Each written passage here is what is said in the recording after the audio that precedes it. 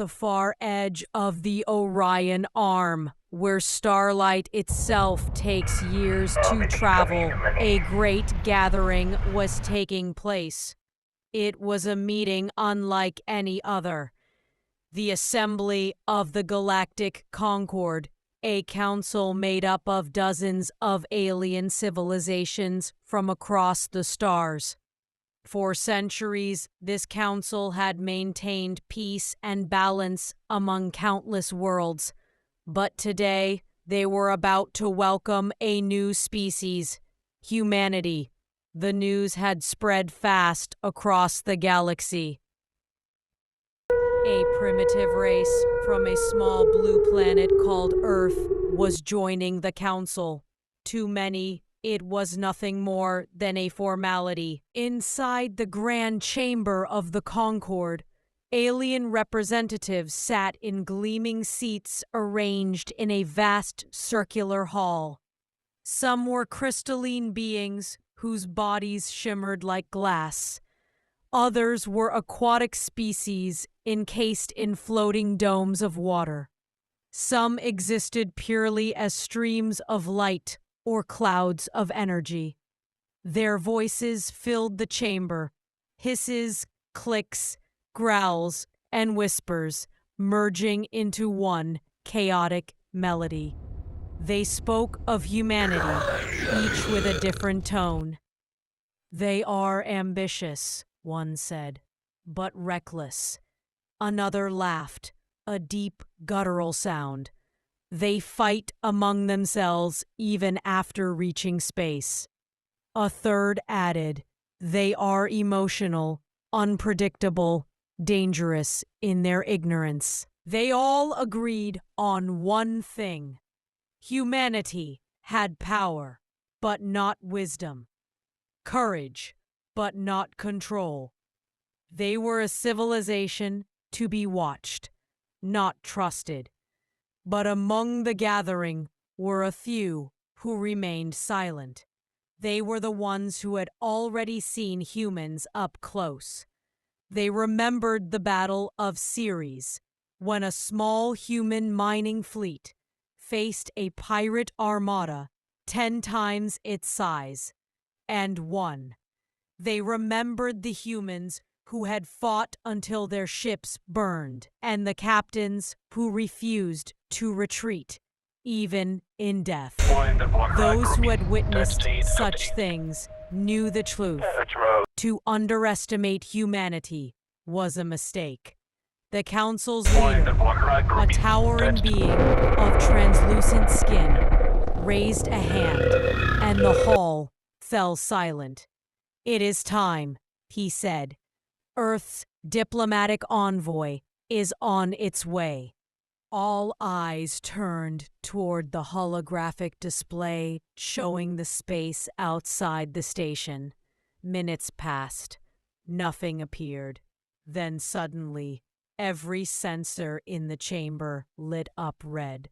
A wave of energy hit the station's scanners, far beyond anything they had ever seen. Technicians scrambled in panic. "What is that?" "It's massive.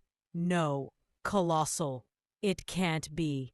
Their energy signature matches Earth."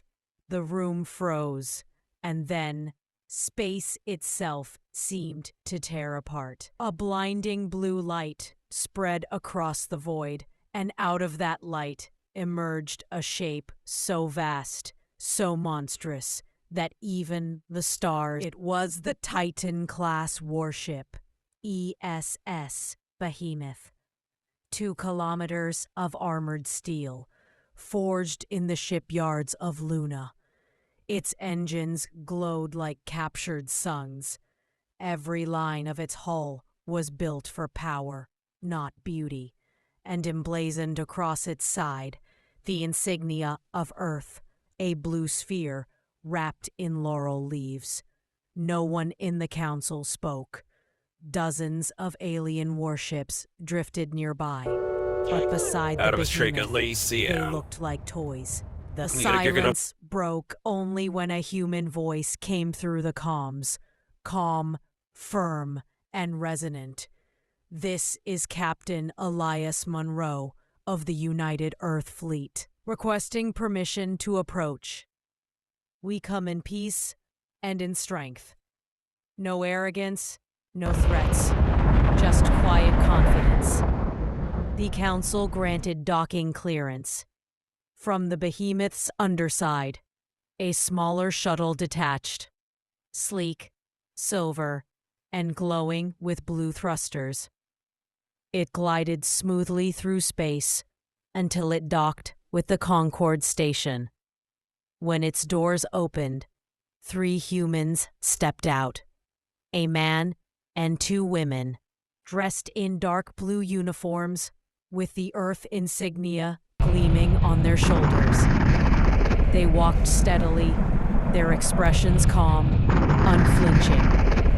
There was no sign of fear or pride, only purpose. Inside the chamber, hundreds of alien eyes turned toward them. "Representatives of Earth," he said, his voice echoing, "we welcome you. But tell me, was it necessary to arrive aboard a warship? This is a council of peace." Captain Monroe looked around the hall, meeting the gazes of creatures from 100 worlds. And then he replied, steady and clear. "Peace," he said, "is worth nothing if it cannot defend itself. We did not come armed to threaten you. We came armed to protect what we believe in."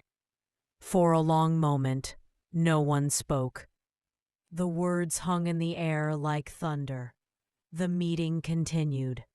The humans presented their agreements, their trade proposals, their offer of mutual defense. They asked for no resources, demanded no territory.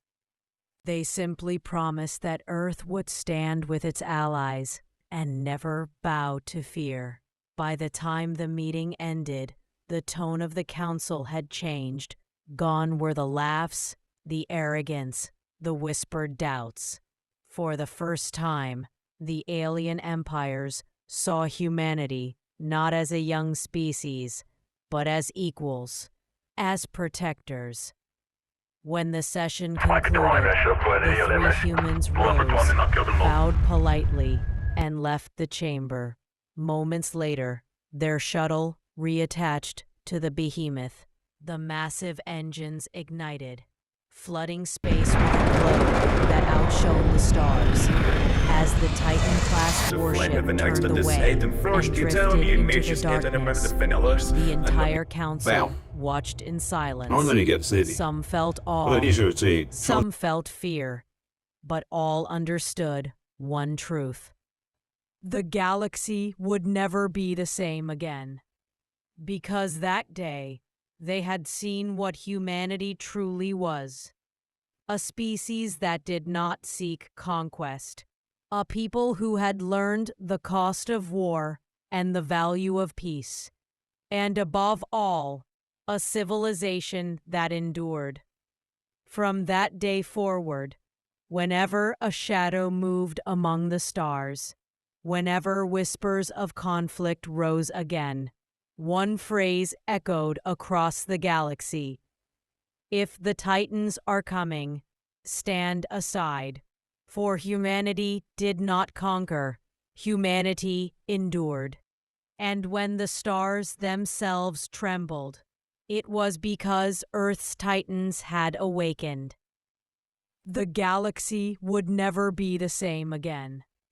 Because that day, they had seen what humanity truly was. A species that did not seek conquest.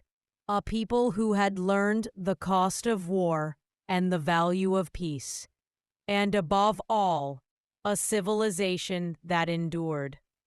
From that day forward, whenever a shadow moved among the stars, whenever whispers of conflict rose again, one phrase echoed across the galaxy: "If the Titans are coming, stand aside." For humanity did not conquer, humanity endured. And when the stars themselves trembled, it was because Earth's titans had awakened.